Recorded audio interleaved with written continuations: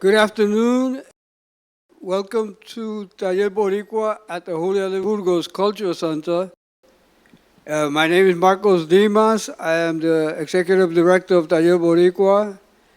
Today we're going to have a talk with Los Pleneros de la 21.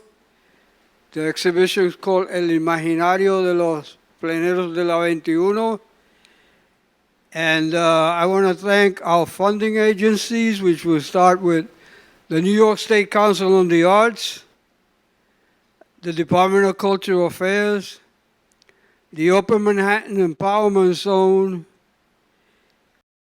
the Department of Youth Services with the Honorable Diana Ayala, and the Puerto Rican Workshop Incorporated. I want to pass over the mic to Elena Martinez, who's going to be the event moderator. Thank you. Hi, everyone. Thank you, Marcos Dimas. We want to thank Taller Boricua and LP21 for organizing this event and creating this platform so we can talk about this history. My name is Elena Martinez. I'm a folklorist at City Lore. I'm also on the board of Los Pleneros, so it's really an honor to take part in this. Also co-moderating today will be Ray Allen, who's an ethnomusicologist, retired from Brooklyn College. And I'm really sorry. I'm going to have to step out halfway through the show, probably. I have another event in the Bronx, which is actually about bomba and the Congo roots of bomba. So later on this afternoon, stop by there too. But for now, I'm really excited to talk about with the members of Los Pleneros on their 40th anniversary and in this incredible exhibit that they have. So we have on the panel today the founder of Los Pleneros, Juan Gutierrez, the founder, master musician, also NEA National Heritage Award winner for his work in Afro-Puerto Rican music. Also we have on the panel Julia Gutierrez, who has probably grew up with Los Pleneros and is a dancer and instructor with the group. And we also have with us two newer members of Los Pleneros, Liana Lopez, who will be joining us lately, who is an instructor and dancer here, and Alex Apolo Ayala, who is a bass player for the band and works at Los Pleneros also now. So we are so glad and we welcome everyone who's joining us today. And I guess I'll just start. We'll start with the first question with Juango as the founder of Los Pleneros. And I just want to just contextualize. We're sitting here in Taller Boricua, which is really important. Taller Boricua, as in their gallery, this is an organization that was in the forefront of creating Puerto Rican, New Yorican institutions in the 60s and 70s. And so that was really important because staking our claim in the city and our organizations, New Yorican, the diaspora, and taking part in the cultural life of the city was very important. And again, Taller Boricua was in the forefront of that, and they're still here. Now you're celebrating 40 years of Los Pleneros. We're here in this beautiful exhibit to celebrate 40 years, your 40th anniversary. Can you just talk a little bit about the importance of Los Pleneros as an organization for the community, for the New Yorican diaspora community, Puerto Rican diaspora community, and what does this mean for you, 40 years? Thank you so much. Thank you very much, and good afternoon, everyone. And thank you for the opportunity to just be here and share with you some of our experiences and other things, meetings and everything else. So first, before we continue, I just would like to add up on the Mr. Alexander Apolo Ayala is not only the bass player, he is the musical director, arranger, orchestrator, and concept as a visionary in terms of the concept of the music and all that, and more.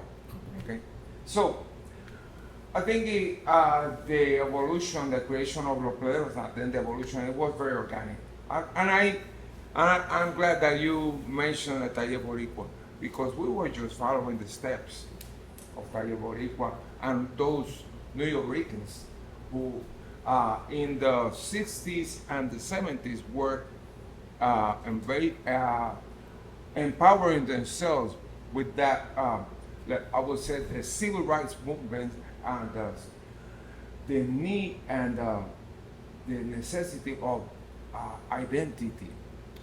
Identify yourself with being a Puerto Rican, with your roots. And that was extremely important.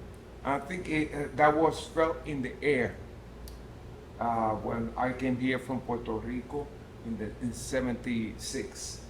It was felt in the air, no question about it. And it's something that you feel right away when you come to a city, a strange, that I was a completely stranger. I wasn't born here, of course, and I felt that need to identify myself with Puerto Ricanness in New York City. So that's what I did.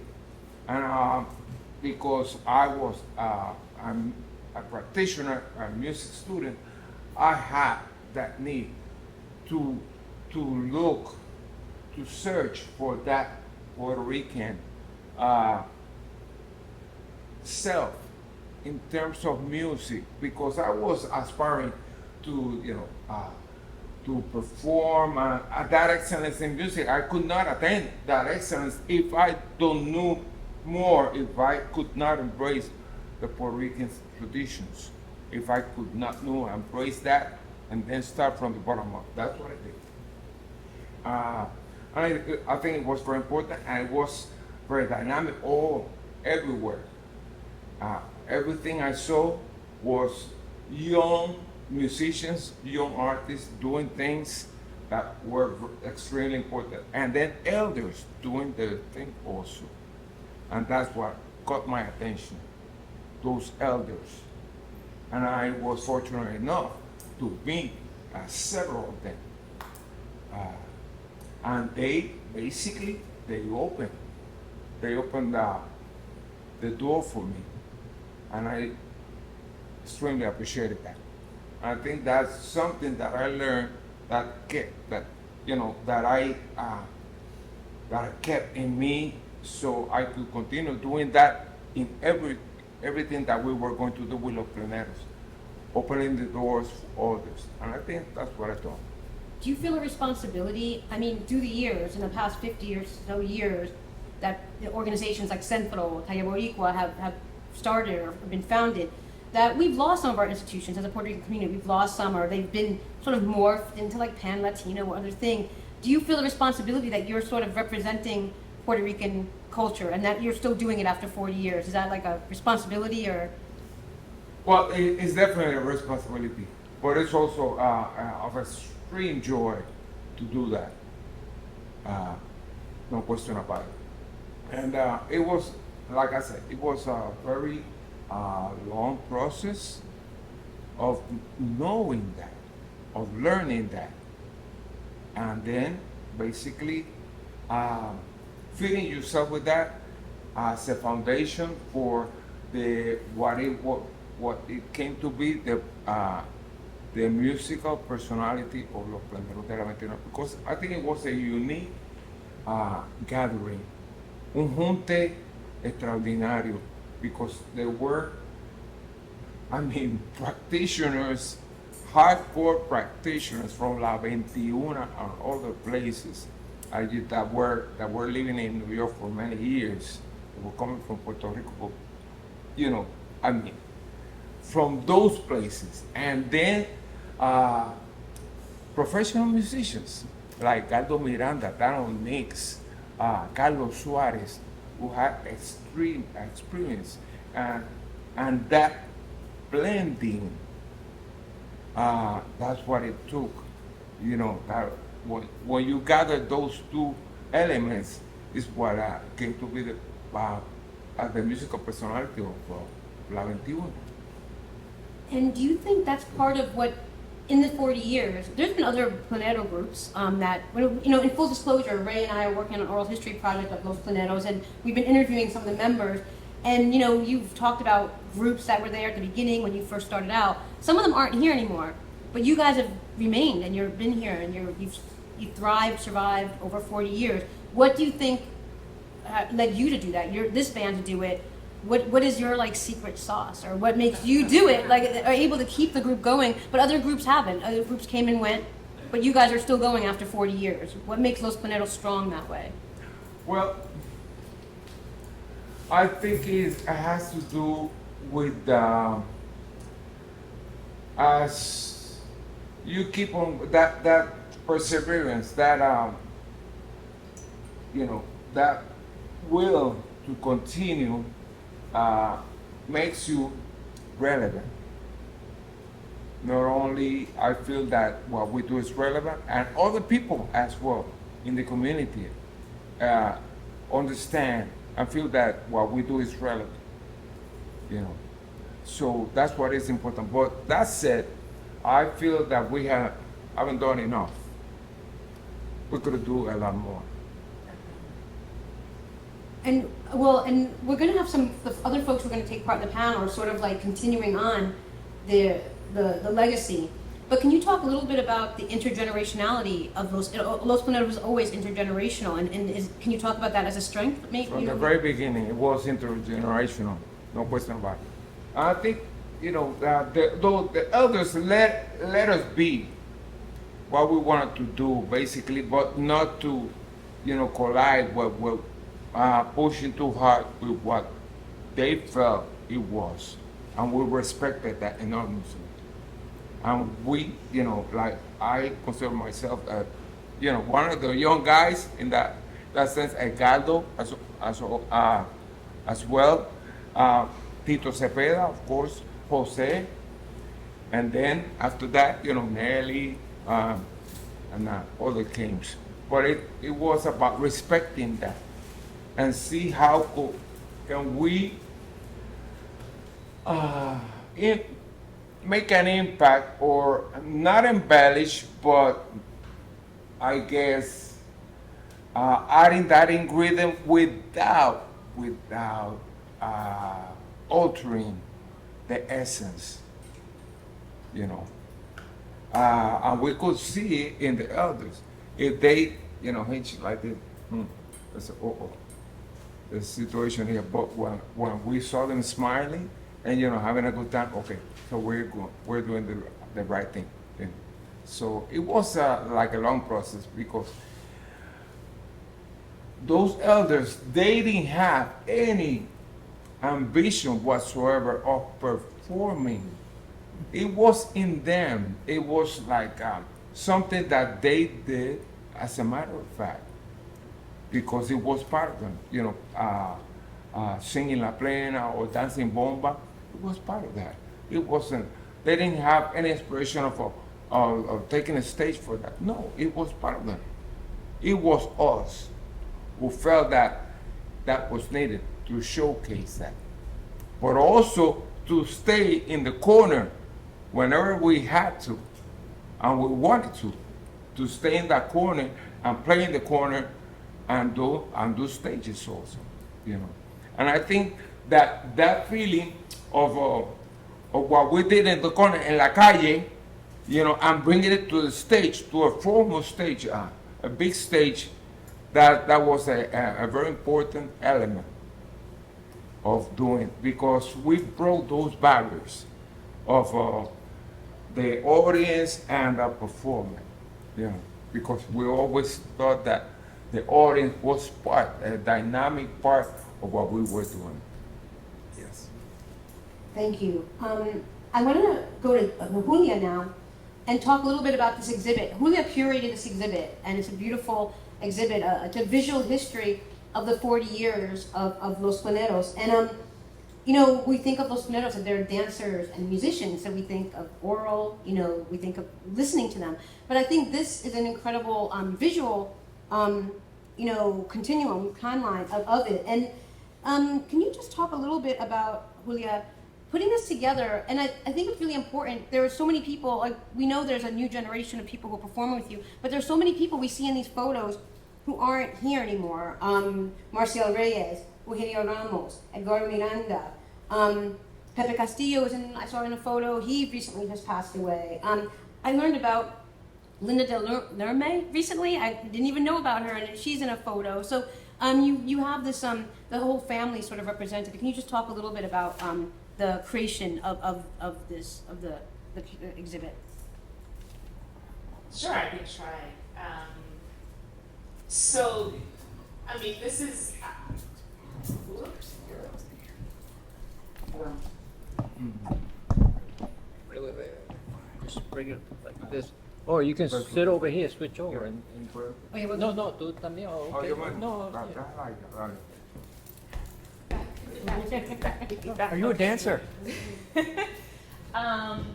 Yeah, I mean this collection of images, I think it is just the tip of the iceberg.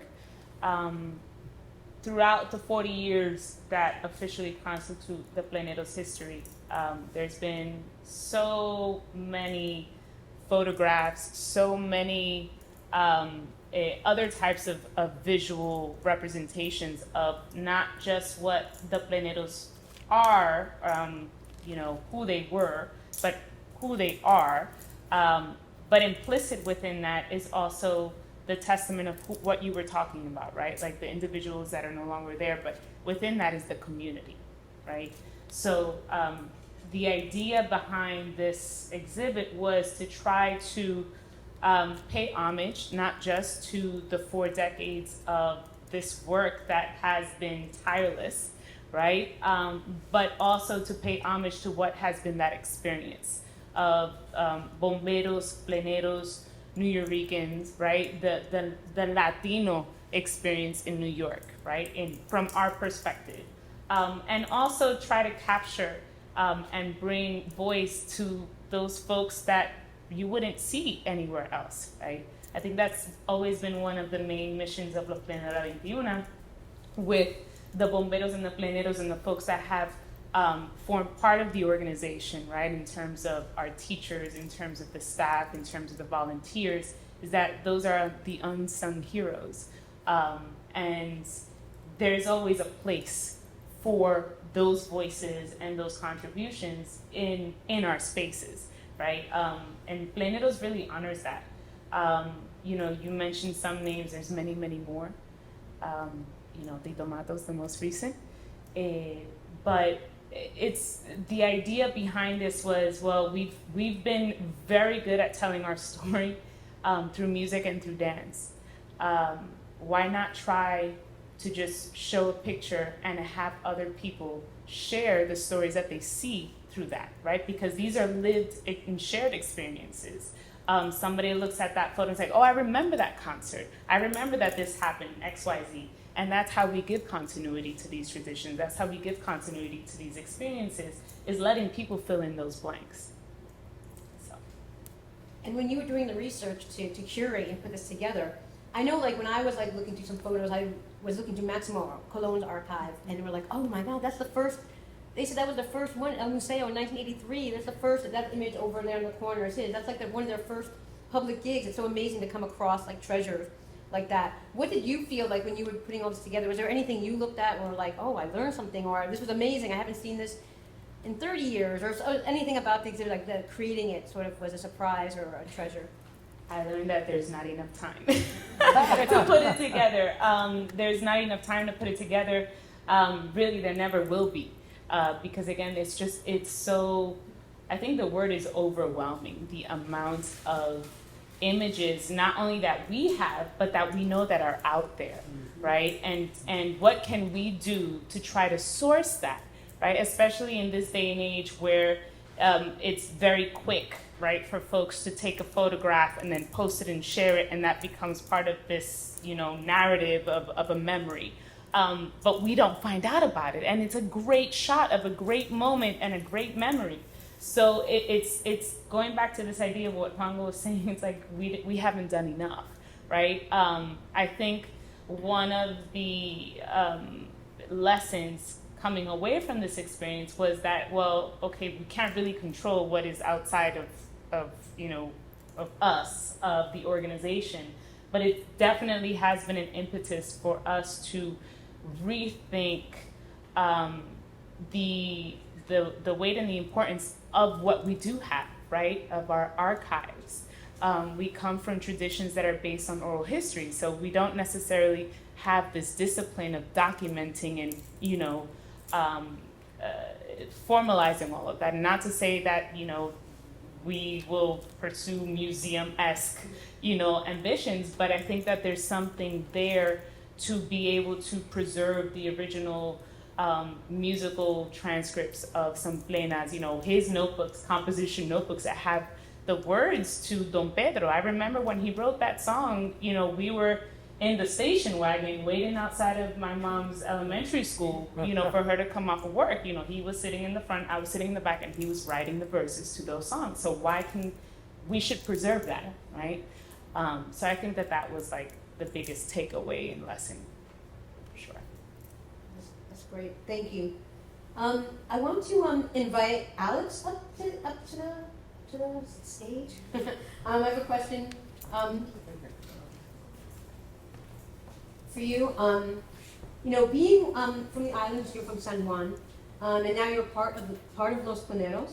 And this exhibit, you know, gives a sort of expansive history of the group. What is it? Can you talk? Can you discuss what it's like to be from the island but seeing this history? How has the diaspora influenced you and others, possibly others in the music scene on the island? And what's the importance of a group like Los Planeros and the diaspora in general? Yes. Good afternoon, everybody. Well, being born in Puerto Rico and growing up with this music, you know, on the streets and everywhere you go, it's one thing. But when you move to the United States, you know, it's one thing. I was lucky enough to move to New York. It's historically been an enclave of Puerto Rican culture and Puerto Rican music. But because this New York City is so much people, so much music, so much cultures, you know, you're like a small fish in a big ocean. And it's important to, I always say this, community and culture, those two words are incredibly important, community and culture. And when you're, you know, born and raised on the island and you come to this big ocean jungle of the city, community and culture, so Los Planeros de la 21, you know, they 1984, 1983? 83. I was 2 years before I was born. So when you come to this big ocean and jungle of the city, and then you run into this organization that historically preserves and follows our community and our culture is incredibly important and just refreshing, because you know you always want to connect to your roots, to who you are. Even though you know everybody's in New York City for a purpose, you know, whatever is media or sports or music or whatever, you know, literature, arts, you always want to keep your community and your culture here in your hearts. So yeah, this is like an oasis, if you will, for the city, for me. Can you talk about ways that Los Planeros has sort of been innovative or what's the word, like just pivotal in this music and keeping this music alive on the island and here in the diaspora? Yeah, I think that they follow the roots of bomba and plena. It's yeah, that's how I will define it. Like the roots and the fundamentals of this music and the traditions of this music. That they are deep into that, with the roots and the traditions and the fundamentals of the music. Not just music, but also dance as well. And what's interesting, as you're a bass player, and now the musical director of the band as a bass player, I mean, being innovative, Plena, how do you guys deal with Los Planeros has always been innovative. They always had other instruments other than the panderetas and things like that. But how do you feel ways that it's gone beyond taking the music farther? It's like the work that you do and arranging new music and playing an instrument that's not traditionally associated with the music? Well, I will say that there was a famous music director and cuatrista and guitar player, Gato Miranda, and he brought. He was also a jazz musician, and he brought a lot of jazz elements into this music, into this band. Also, Ricardo Pons, which is also jazz trained. A lot of arrangements and a lot of how he feels and what he thinks about the jazz music. He also brought those elements into this band. So yeah, like you have certain individuals that they bring who they are or what they can contribute, into the fundamentals of bomba and plena, into particularly to the Los Planeros de la 21. That's interesting that you say that, 'cause I see jazz now as like the platform that like traditional music can really get out places. I mean, people in Colombia, Peru, Dominican Republic, not in Puerto Rico, everywhere they're using jazz as sort of like the medium to get traditional rhythms and traditional things out now. So I think that's sort of like important, and if there's this like jazz element. Yeah, I think that there is some. I will say that after maybe 2001, there was a trend of musicians, like you mentioned, from all over the world, bringing their culture in, and fusioning their culture with jazz. And I mean, Afro-Cuban musicians have been doing it for a long time. And yeah, I will say that there's been a trend.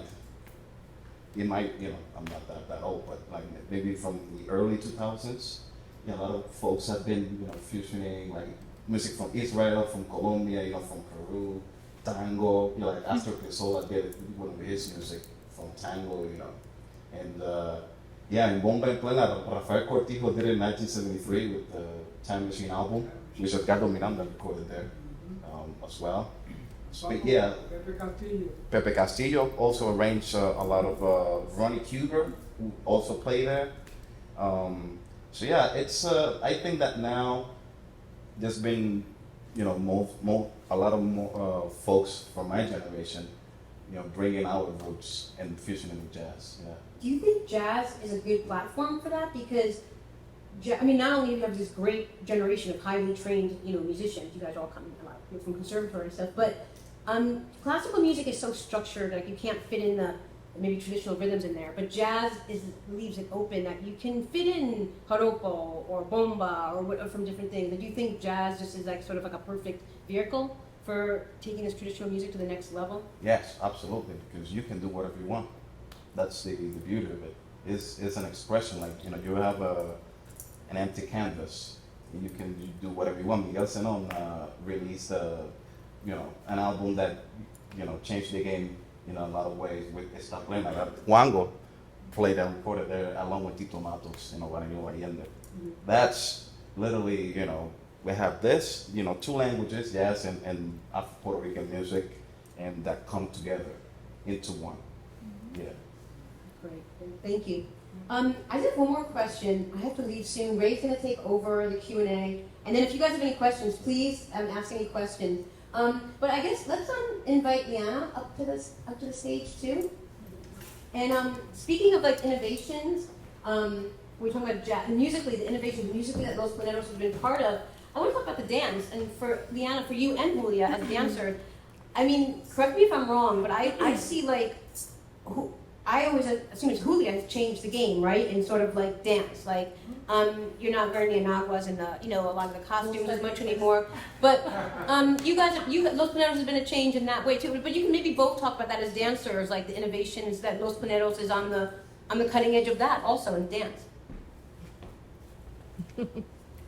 I mean, change the game is a big statement. So I don't know about that. I think we work hard and are part of a generation of bomberos and pleneros that were raised in these expressions, but that were also living realities with this strong identity as being from urban New York or New Yorkers. And so this was just a part of us trying to find a way in which we can live that reality and express it in a different way, right?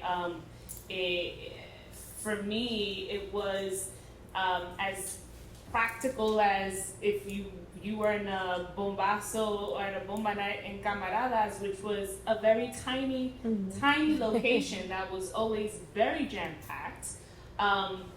You did not have the space to bust out your bomba skirt and if you wanted to dance, so you had to kind of learn how to use the other tools that you had, and the best tool that you have is your body, right? So you started doing piquetes a little bit more freely with that, or even exploring with this, right? Back at that time, early 2000s, the pashminas were all over the place. You saw them in every corner for $5. You got them in every color. And that was like, you know, that was your new skirt. And so a couple of years down the line now, you see everyone dancing with pashminas or sarongs, and it's become part of the vernacular. And I think that it's not so much about changing the game. I think it's just part of what you see in traditional expressions, right? As the experiences of the people that walk those paths change because of the realities that they're living, so do the expressions, because these are living traditions. So that's, yeah, you can add to that. I think it's great. I think it's great to make the connection between the street vendor economy of pashminas and the change in the way people dance. That's kind of interesting. And Leanna, do you want to can you expand on your experience with that? Sure. I think I remember that vividly. I remember aquí en la 106, what was the name of it? Carlitos? Carlitos Way. That was another spot, which was also very tiny. And I remember at the time I was still taking classes in Lo Penero, right? The children's workshop. And I used to go with my little blue falda, and I used to go to Carlitos. And then it just became, it wasn't convenient, right? You're in a tight space. And I remember that shift from now the pashmina. And then that eventually caught on to the diaspora. And even in Puerto Rico, at a certain point, you started seeing that as well. And now you see it in our youth. The same way we know the skirt is a tool, right? The most important thing is the body. So now we see our young ones in the program who also usan la falda the same way they can express themselves without. So I think that is also, continued. It's been a very long time since I worn an agua. So the bows are nice. So I'm gonna have to leave, but Ray's gonna take over for moderation. Thank you, everyone. Thank you, Lynn. Having a hand for Lynn.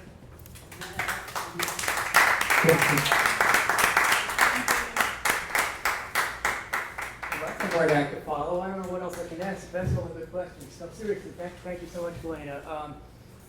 I'm trying to think of some way of maybe just pulling this together a little bit and then see if anybody else has some questions. You hear me okay? Okay. So let me start saying I first met Los Buenaros back in the mid-1980s when City Lore, the organization I was working for, put on a concert in Central Park of different folk musics from New York, and they were there. And I don't believe, Julia, you were about 3 or 4 years old, but were wandering out on the stage dancing a little bit. Sorry about that. Listen, this was back in the day when Luongo and I had dark periods, dark hair. But anyway, we're still here, right? So here we go. And then I was fortunate enough to accompany them on a tour we did of upstate New York. We went to Albany and Buffalo and a couple places.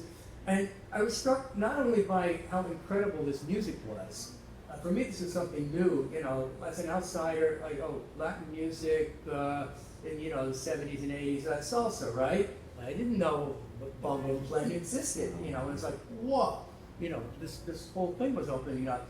But I was just impressed not only with their musicianship, but also by the fact that they were doing more than that. They had this commitment to community and to heritage and to history.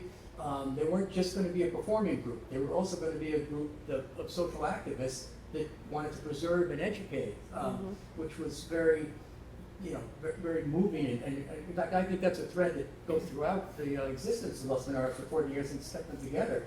And also the sense of family and intergenerational sense that we've been talking about. And so just to end up very quickly, each participant to maybe think about this a little bit. So Luongo, you arrived in Nueva York in 1976 from Puerto Rico. You were trained in classical percussion. You played in all kinds of bands in Puerto Rico. You told me you played plena and rumba, rock and roll even, classical music, jazz. So you arrived in New York, 76, with all kinds of music percolating here. In fact, then you played in a Broadway pit band for a while. How was it you discovered Bon Bon Plena, and what was it that struck the chord? Because this was music that was being played by the elders, but these old guys, they were like 25-year-old hip cats like you, like what was it that drew you to these older fellas, like Marcial and Pepe Castillo and Eduardo, and that just changed your life? In terms of think of that about the elders a little more, if you riff on that. Well, I'm very bad at, you know, telling, you know, long story short, very bad. I'm gonna, you know, try, but It's gonna be a long story, so hold on to your hat. It's okay. I came straight, I married in Puerto Rico and we came straight to New York City to audition at Manhattan School of Music. I was already accepted, but the teacher told me, okay, why don't you come and play for us? What is on tape? So that's what happened, you know, and I got accepted. But what happened? It was very intense, as you know, in a conservatory, it's very intense. Study all the time. You know, in those moments, you feel like something is missing. Of course, it's because you're so deep into, you know, studying, practicing, and you know, me and my wife just on our own, and that was the precious moments that we had of, you know, flavoring and seeking out about other Latinos and other Puerto Ricans because we felt that need. And I like I said, you know, I could, that was my dream, you know, aspiring to that excellence in music, in performing and all that.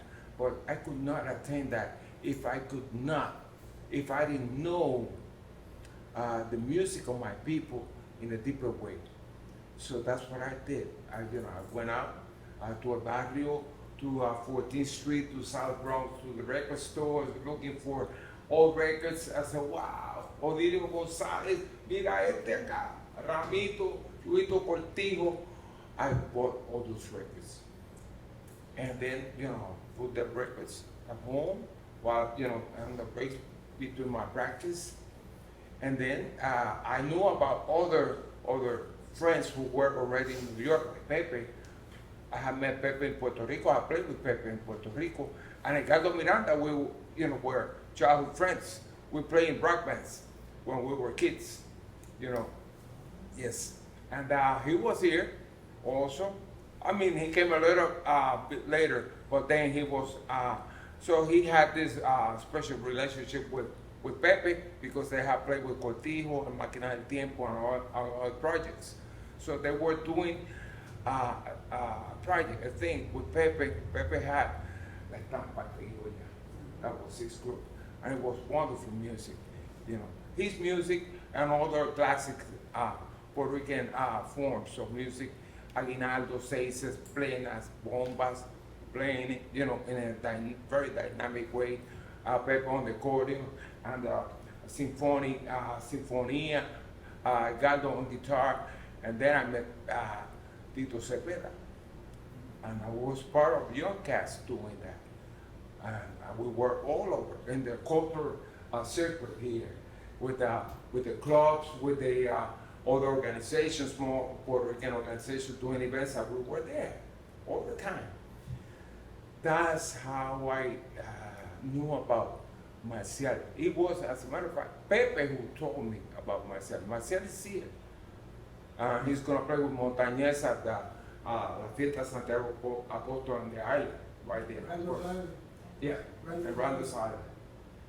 I said, okay.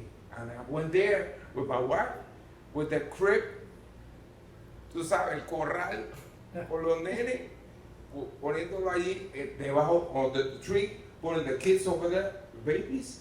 And then all of a sudden, you know, I saw the stage, and I saw a plena, very dynamic plena. Wow. I said, that has to be Marcial. So I went there, and you know, when they stopped, I went to the guy and said, are you Marcial? Yes. What's up? ¿Qué pasa? He said, well, it's my pleasure to meet you. I like, you know, to meet you and get together. Oh, here's my number. Llámame el lunes y venme a buscar. You know, come and get me. That's how it happened. That's how easy it was. And then, hey, on Monday, I went to get him. We came home, spent all day. My wife cooked, and it was unreal because he was a magnificent storyteller. You know, I live moments that you know, before my time of La Plena, of this whole bunch of characters of La Plena. This was this guy, that lady over there, the real story of this Plena, of that older song, you know, it was daydreaming for me. And that happened several times. And that it came to be, you know, and it was so important that I felt, well, you know, it's my time to do something, because we just didn't stay in the apartment, you know, recording with my boombox, you know, all these songs and all that stuff. He went out, he said, vamos para allá, vamos para afuera, y tráete la pandereta. ¿Tú estás pegado? You have no money? Don't worry about it. Let's play. We started playing. A whole bunch of beers started coming from all the places, anything. You know, that's how it was. He was, and I, you know, and then 30 years after that, the incarnation of Marcel Reyes in Hector Tito Matos, exactly the same. You know, true plenero who lived La Plena like that. He was thinking about Plena all the time. And whenever we went, you know, he went with all the trips with us, you know, across, overseas. We performed, and then we were seeking a club to have some beer. He took the panderos anywhere. We started playing Plena anywhere, you know, and that's how it was. But, you know, that's the scene, you know. Okay, we can come back and say everybody has some more questions. I don't want to get on to everybody else, but thank you. Julio, let me ask you something somewhat similar. I know obviously you grew up hearing this music and so forth, but you know, when you were a teenager, hip hop was the music, right? At that point, and pop music, and I'm just wondering, how did you feel getting into this again, this older traditional music, when maybe some of your peers in school were listening to hip hop and the latest stuff? Did you ever feel a little disconnected with that, or do you see them all as one similar thing? Was there any, I don't know, tension's the right word, but you know what I'm saying? Like, for someone, a young girl to get into this, when all this other music is going on around you, how did that play out? Yeah, I mean, if the question is any tension of getting into, I mean, there was never an issue of getting into Bomba and Plena because there was no getting into it. We were already there, right? I mean, it was like, you know, our daily bread. We were raised, my parents were very adamant with making sure that our identity was very clear as Puerto Ricans.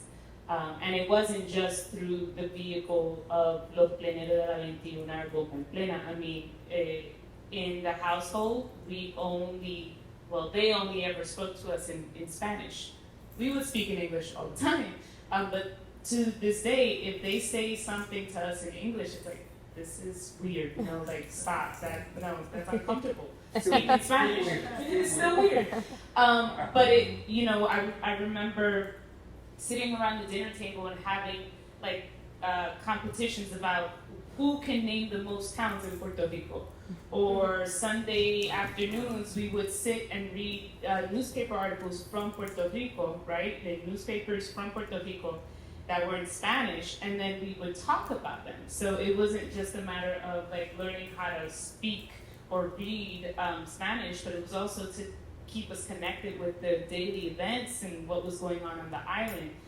They would send us over to Puerto Rico every year, even if there wasn't money to do anything else. It was like, no, te vas para allá con tu abuela y con tu primo y con tu tía. You know, it was every year. No había falla con eso. So this idea of Bomba en Plena it was part of this broader identity of being Boricua, right? There was no like, I don't know if I like it anymore, if it's not cool because, you know, my friends are not into it. Like, that's just, I mean, they didn't know about it. That's their bad, right? Like, but because of the Pleneros and a lot of the educational programming that was going on, you know, we also had the experience that the group would go and perform in the schools that we were attending. And so I was like, oh, that's your dad? Or that's like your mom's, like your mom is on the stage. And that was like the only time that I ever saw her do a piquete. And it was really cool, you know, seeing her do that on the stage, or us performing for our classmates, you know. And so those were the moments where people were like, oh, what is this, right? And it's like, well, let me show you a little bit more about my world, right? But besides that, you know, our household was a very musical household, very eclectic. So it wasn't just bomba en plena, it was jazz, it was música campesina, it was salsa de la gorda, o sea, gran combo all day, every day, sonora ponceña all day, every day. Mm-hmm. And then it was, yes, hip hop. It was also Spanish rock, right? It was also grunge. It was like all these other flavors, which I think is what constitutes who I am today as a bombera and a plenera, that is not his version of a bombero or a plenero. It's my version. It's not any less. It's just different. Don't forget menudo. Oh, menudo, yes, absolutely. Menudo is, we're not going to sing it right now. Menudo. Okay, thank you. Fascinating. You talked about being part of the workshops and so forth. And I wonder if, Liana, you could talk about how did you get into becoming an instructor? I'm going to guess you did some of the workshops first, but could you talk about that and why that's important? Sure. So funny story.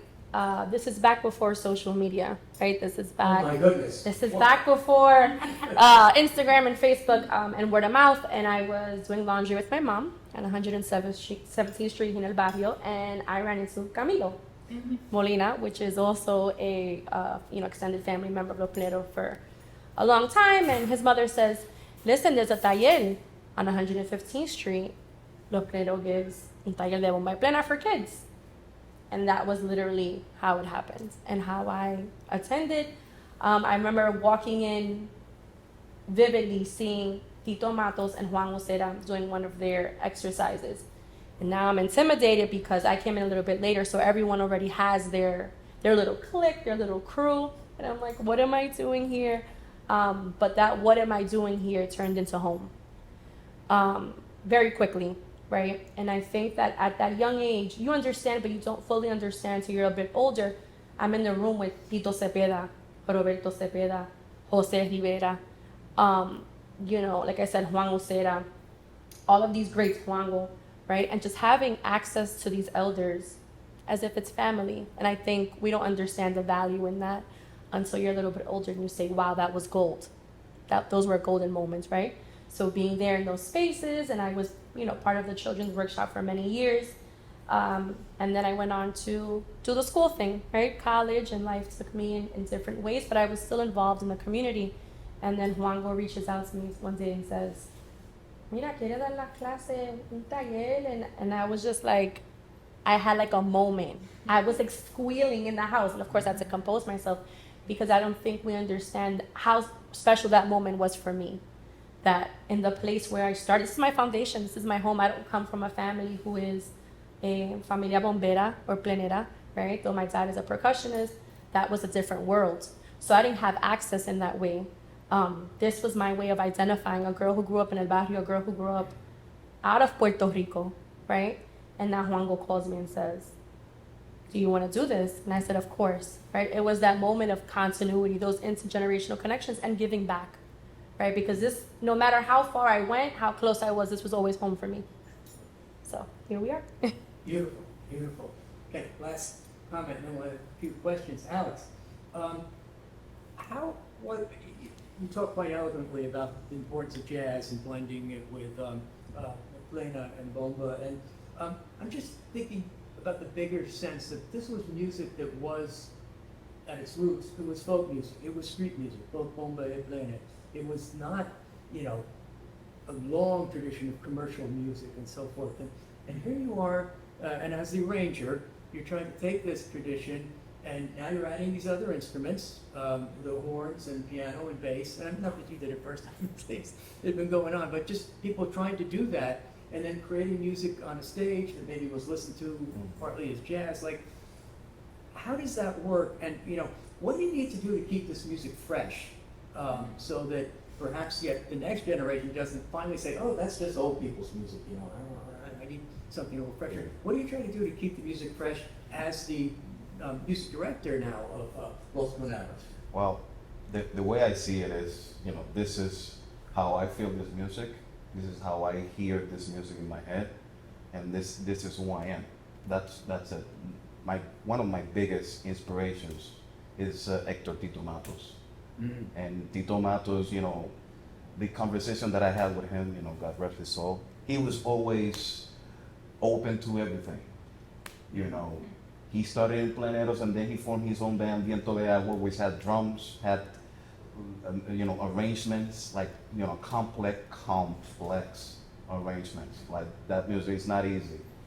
And, you know, that's how he felt and that's how he listened to this music in his head. You know, and that's what I bring, you know, to the stage. This is how I feel the music. This is how, you know, how I listen to it. You know, and it's, you know, like I mentioned before, it's an empty canvas. You know, you can, you know, do whatever you want. You know, but for me, it's you know, this is you know, this is the music of my ancestors. You know, and it's very, you know, here in you know, in your heart and your soul. You know, it's it's a mission. Because this is the music of my ancestors, the music of my people, you know. Even though we add the horns and we add the electric instruments and everything else, it still is coming through. Yeah, but it's, you know, it's like, you know, this has been done in other expressions of music, Afro-Cuban music, Afro-Colombian music, you know, but I just would like to see, you know, more Puerto Ricans, you know, from our people, you know, using our music and utilizing this music and expressing, you know, how they feel, how they listen to this music, you know, beyond, beyond. Yeah. Wonderful, wonderful. Papo Vasquez as well, you know. Yeah, he's, I forgot to mention Papo and David Sanchez as well. The trombone player. Yes, yeah, like Papo, you know, that's how he, you know, his instrumentation, you know, he's also Afro-Puerto Rican jazz. David Sanchez in the 90s, he also, you know, put bomba and plena into his albums. You know. So I understand. I hope I'm not. Juan, you want to comment? Yeah. A lot of things come to my mind when you say how to keep the music fresh. But it's wonderful what's happening. Let's say to roots music, Puerto Rican roots music, and musicians who are using the language of jazz and their work, their influences to build something. And it's great because, you know, all the avenues they have, there's a place for that, of course. But then if you talk about traditional, how to keep this fresh?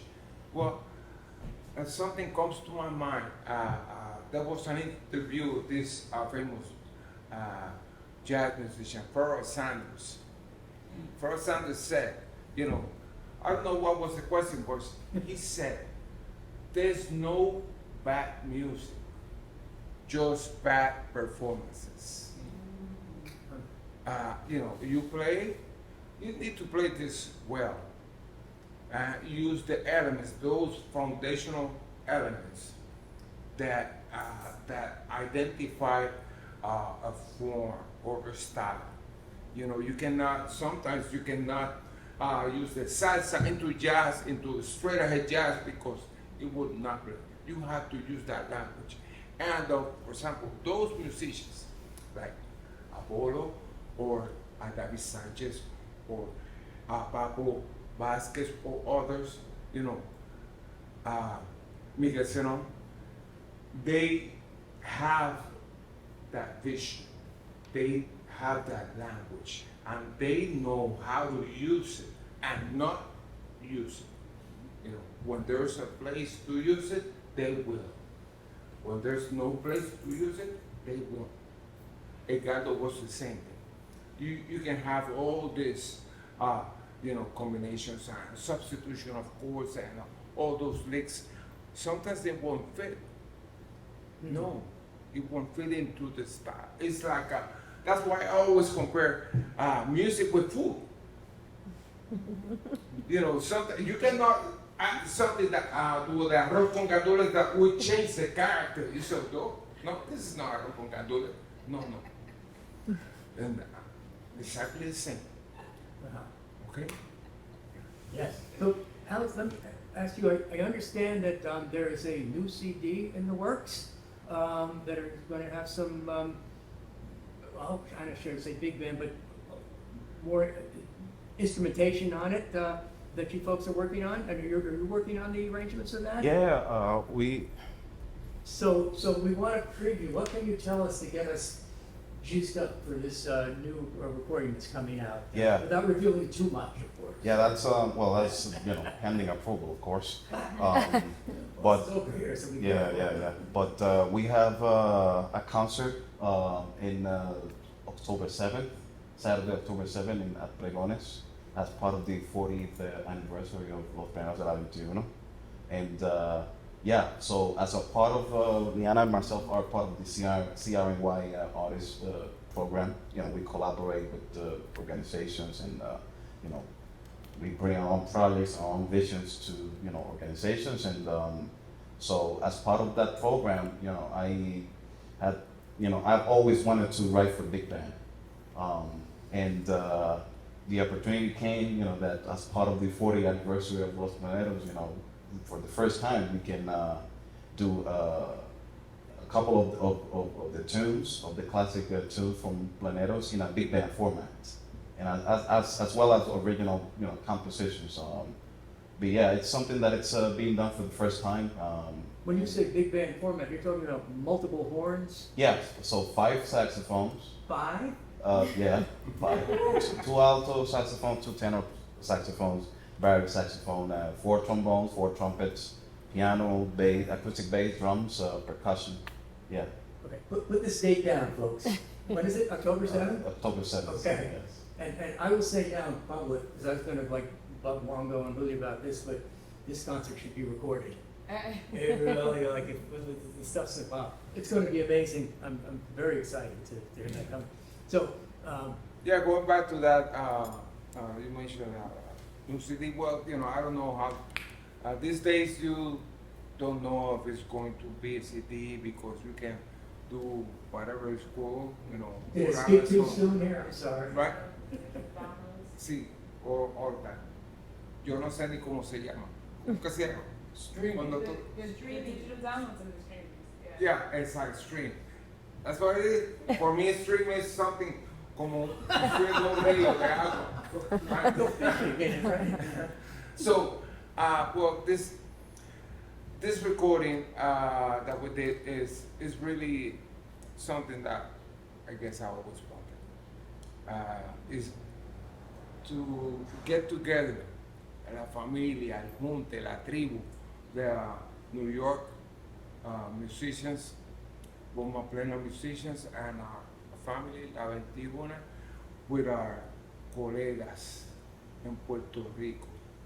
And that's how exactly happened, And basically, we're searching in the book of Los Planeros, we have a lot of songs that were there on shelf for many years.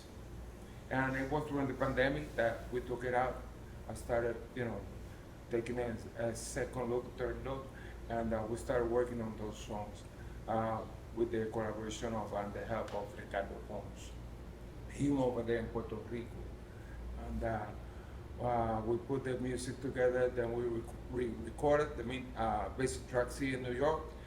And that summer, I went to Puerto Rico and we did additional overdubs, and most of the singers are from Puerto Rico, And it's a wonderful collaboration, a combination of people that I always dreamt of, working with them. And I think it's going to be great. All right. Boy, I know it's great. we but I know can't it's wait. gonna be good. We can't wait. What's the name of that album? Huh? Is there a name yet? No, but the album you just talked about that you were working in Puerto Rico. ¿Cómo se llama? Por aquello de la plena. Okay. So it hasn't been released yet. No, it hasn't been released. Not yet. No. Coming soon. Dot. You hang out with me, I'm gonna let you listen. So. Okay, all right. Well, that's a wonderful place to end. Just get back on this sort of transnational back and forth between the island and from whence Wango came, now coming back and working with people there on this production. So we always look forward to that. And there'll be 2 concerts, is that right?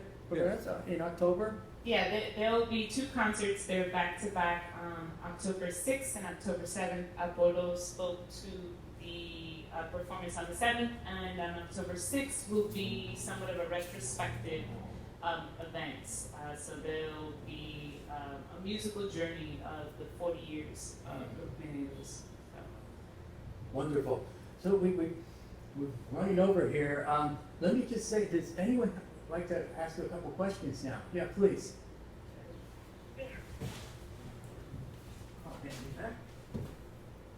I posted pictures and I promised that I would read a comment from Nuestra Patriota de East Harlem, Pizia Pagan.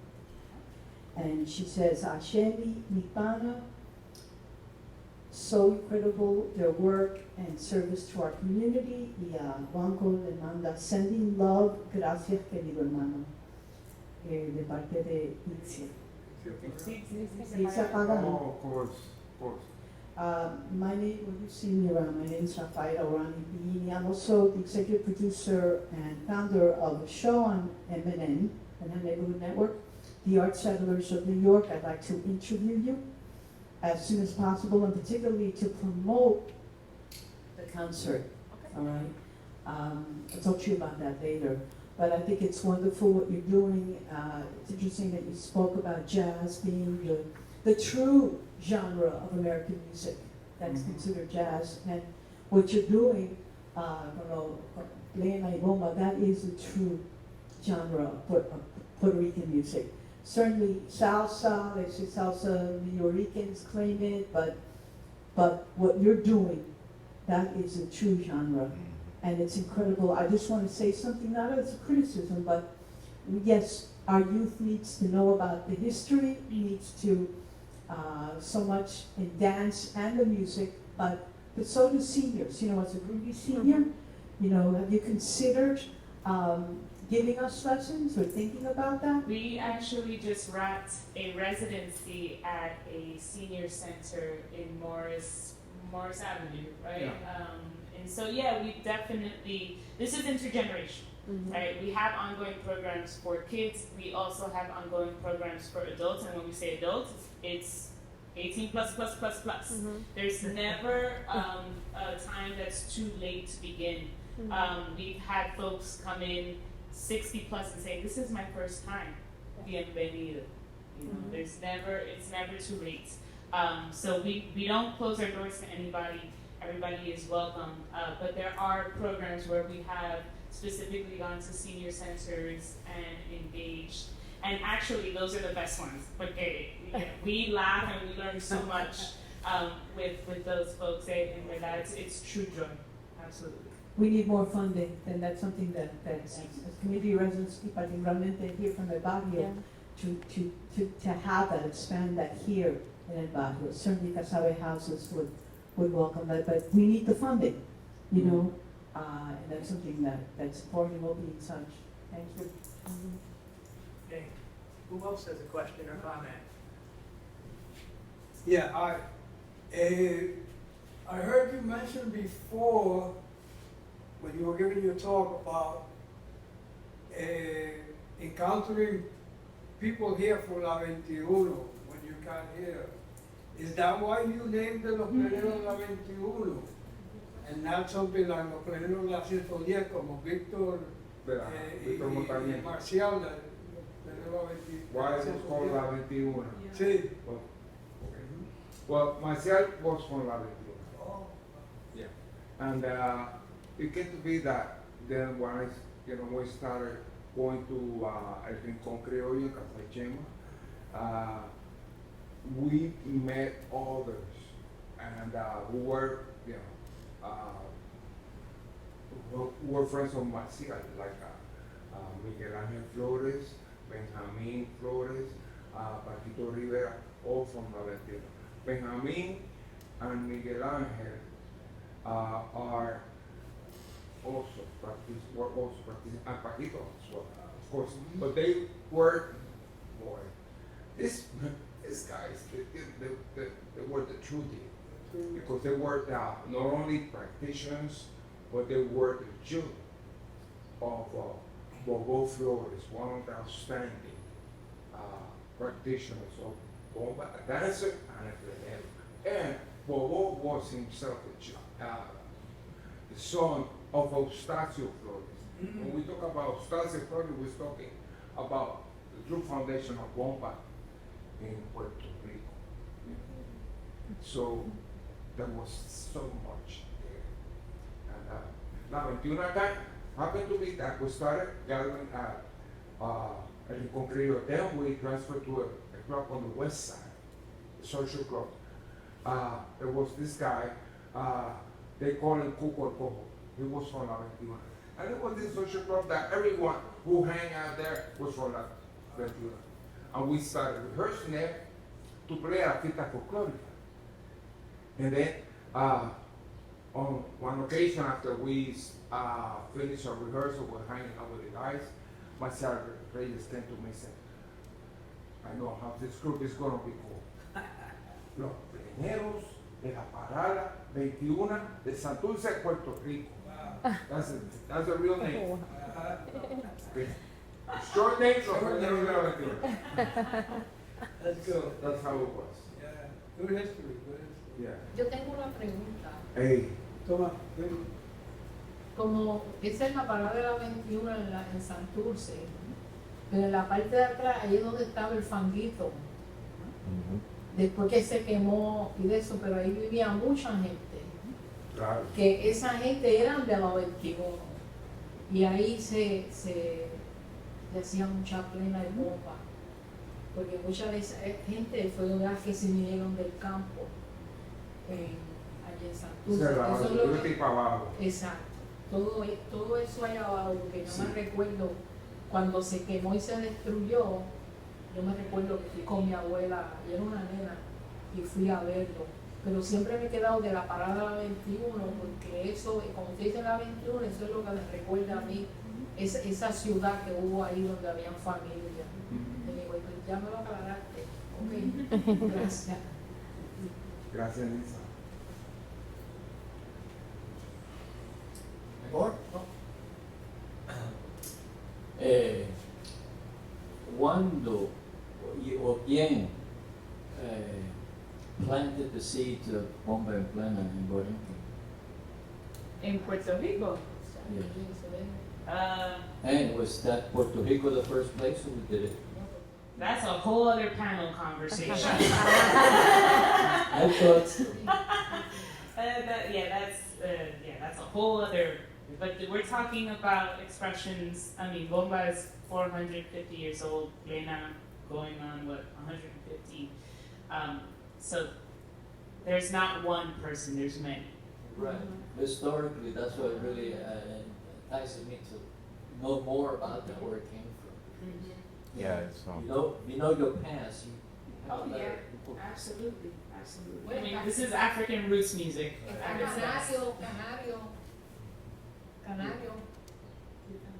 Canario era el que tenía un grupo de plena, que es la que Amílcar Tirado usa cuando hacen la película de la división.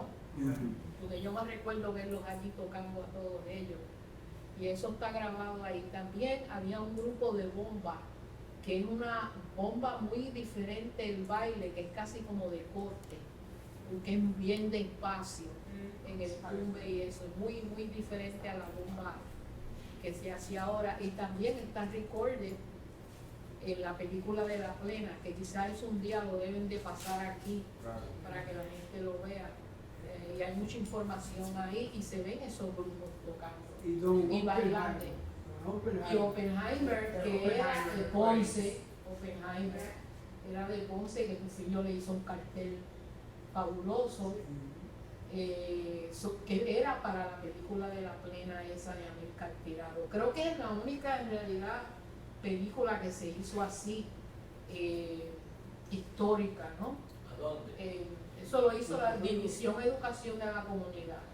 Y creo que en los archivos de Puerto Rico la tienen, no sé si el Instituto de Cultura la tiene en los archivos y se puede ver por YouTube. En o algo. YouTube hay varias clips de esas grabaciones de los bailes de bomba de los Oppenheimers. Y esos estilos son específicamente, entiendo yo, del sur, del área de Ponce. Entonces ahí es que se ve los diferentes estilos. Entiendo yo que las primeras grabaciones, eso no quiere decir que es lo primero de la bomba, ¿verdad? Pero las primeras grabaciones se hicieron a principios del siglo XX, cerca de 1912. And those are the Mason recordings there at the Library of Congress. Y ahí se escucha, obviamente en español, pero también se escucha el Haitian Creole, se escuchan muchas influencias que te hace saber que esa raíz es bien profunda y te lleva a muchos otros sitios.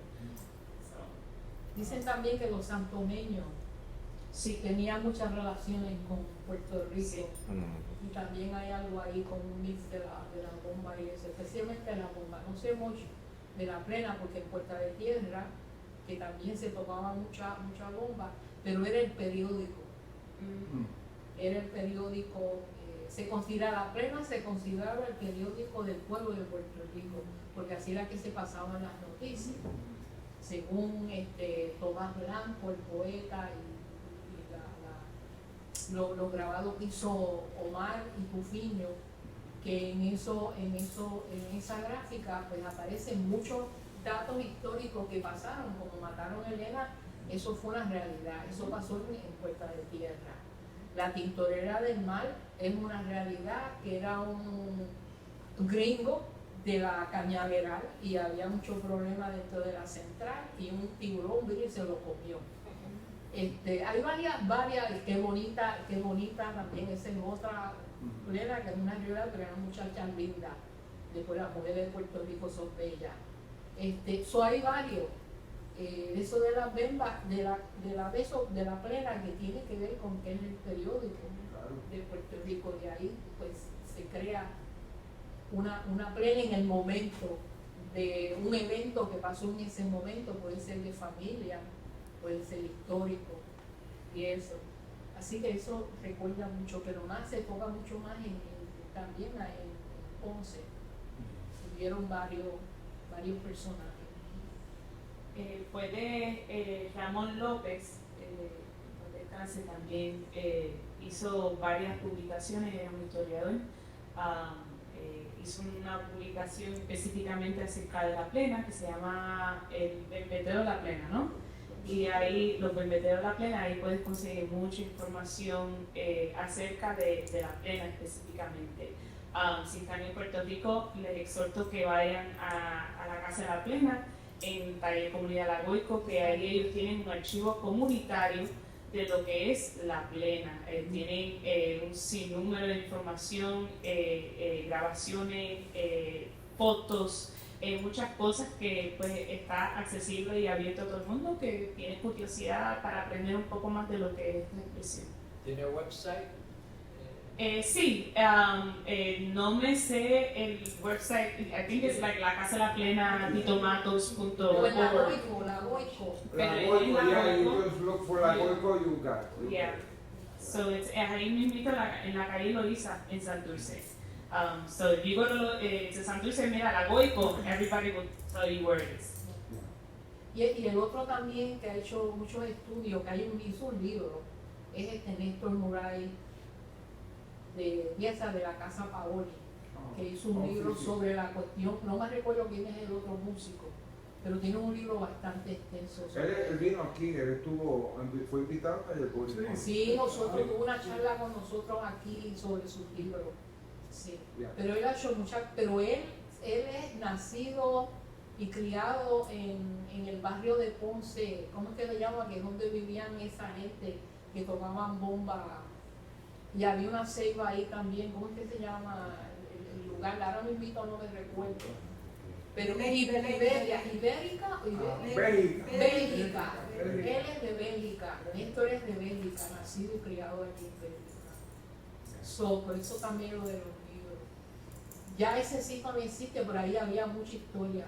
Yo llevé a Jairo en Maristán, con el Museo del Barrio, y tomamos muchas fotos, conocimos muchos de los viejitos que ya tenían 100 años, algunos de ellos. Y se firmó también que el museo debería de tener esa información. Speaking of those photos, when are you going to install them? Eso, Our esa- installation, because I think what is important, this goes beyond of Planero de la Cultura, is, because archiving is so important, and remembering, not for us, for us is, of course, como sale un trajito, como decía Carlos Suarez, where it is about, our young generation of knowing the foundations of the culture in New York City and what we've done, with our culture, how we have struggled and fought and worked on preserving that culture. Bueno, lo que For pasa them. es que Hiram Maristani, who was the photographer, now his estate has the negatives. Mhm. So it's up to the family to really to bring out that information. Mhm. You understand? But that work was done through el Museo del Barrio, and I was the one that took them there. Because I knew de Casa Paoli, yo conocía a Néstor, and that's how we were able to go over there and film them. And they put a whole show because they were really fantastic. And they did the old bomba style, very como deporte, no sé, había una cuestión ahí también porque hay una influencia francesa de Puerto Rico con la cuestión de los esclavos y eso, que eso también se tiene que explorar en términos de la historia, no sé. I think we have one more question back here. Sí, como le estaba dando una chispa ahorita a Juanjo, que estaba hablando el otro compañero, como socióloga and alumni of Hunter College. I mean, we definitely, you spoke about a panel. There needs to be a panel. There needs to be a conference. And Juanjo needs to be the keynote speaker. Y que el Centro de Estudio Puertorriqueño lo haga. Y yo me comprometo de contactar y desde luego contigo, con ustedes, de hacer el acercamiento al nuevo, que tenemos todos estos nuevos directores que han venido de Puerto Rico, pues mira, empiecen y que empiecen con esto, de planificar, no es de aquí a diciembre, sino planificar algo serio, scholarly, y en conjunto con el Instituto de Cultura Puertorriqueña, NEORO, que pues me consideran una gestadora cultural. Ahora ellos tienen un programa que ampliaron el instituto, que se llama Cultural Puerto Rico. Entonces, es decir, que esto es una idea que yo creo que Juanjo es la estrella, también se tienen que sentir orgulloso la patria puertorriqueña, como todos pues estamos de luto con la partida de Tito Mato, pero Tito Mato es tu hijo, tú sabes, tú eres el mentor de esa persona que sabe que fue algo asombrante ver cómo el pueblo de allá, particularmente cómo lloró, ¿sabes? Marco, tú estuviste ahí en el velorio, digo, es una cosa que increíble, ¿sabes? Y definitivamente Juanjo tiene que ser el keynote speaker y vamos a hablar de eso. Definitivamente se tiene que poner presión para el Centro de Cultura, el Centro de Estudio Puertorriqueño aquí, talking about archives, bring it out, expand it, and of course, and have a multiverse band perform, ¿sabe? Pero no gratis. You gotta be paid. Thank you. Thank you. I think that, when we work this, when we live this is all about a network, a collaboration of people in different in different areas. We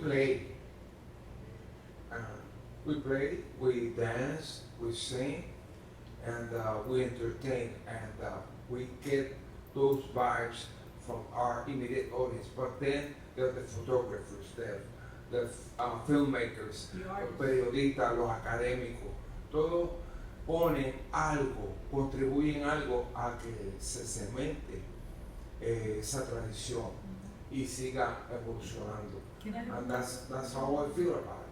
We do our part, and that's what we hope for. That los académicos, los profesionales, los educadores, los filmmakers, los artistas plásticos, todos y obviamente la gente de la comunidad.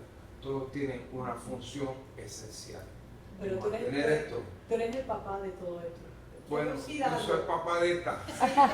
Nosotros, pero mira, hay algo también que es importante, es mantener ese concepto que es el ser puertorriqueño, que es el ser boricua, porque ahora como nueva generación y bien ya tenemos que aceptarlo. Es el término que se llama Latinx, pero Latinx en sí borra el concepto ese de puertorriqueñidad. I'm sorry, it's a different, ¿sabes? Bomba y plena, sabemos de dónde viene, pero aquí particularmente en la comunidad nuyorica, que son los pioneros en todo aspecto, y Latinx no puede borrar que es el puertorriqueño, eso es lo que ustedes están haciendo, manteniendo eso, that's engraved in your heart, in your DNA. Congratulations and thank you. Thank you. Well, I tell you, I think we'll, I think we'll stop the formal part here. If people want to chat, go on, that will be fine. But let's just thank again Wango, Uriah, Alex, Marcus for hosting us, Billy for recording us, and Ina Martinez for we'll be back. Right, so thank you all. And remember, this celebration of the 40th anniversary goes on, and in October there's going to be some big stuff. So keep your eyes open. Okay, muchas gracias.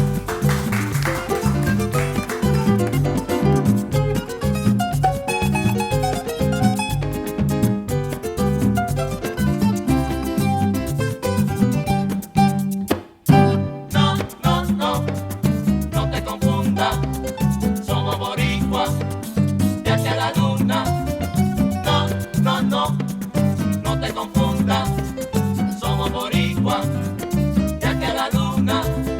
Aunque no vivo en mi país, siempre he llevado mi raíz. Me siento orgullosa de decir, soy más boricua que el coquí.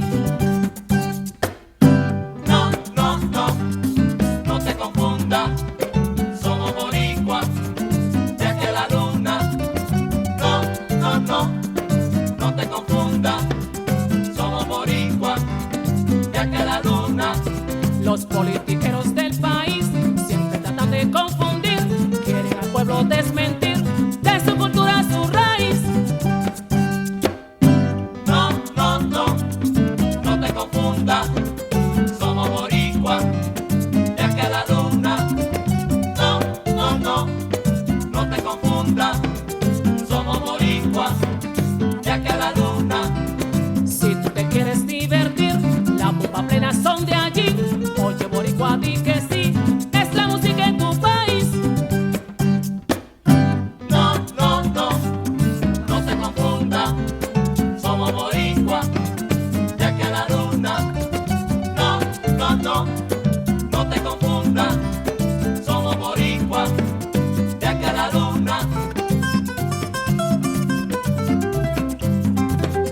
Somos boricuas, de aquí a la luna. Somos boricuas, de aquí a la luna. Somos boricuas, de aquí a la luna. Somos boricuas, de aquí a la luna.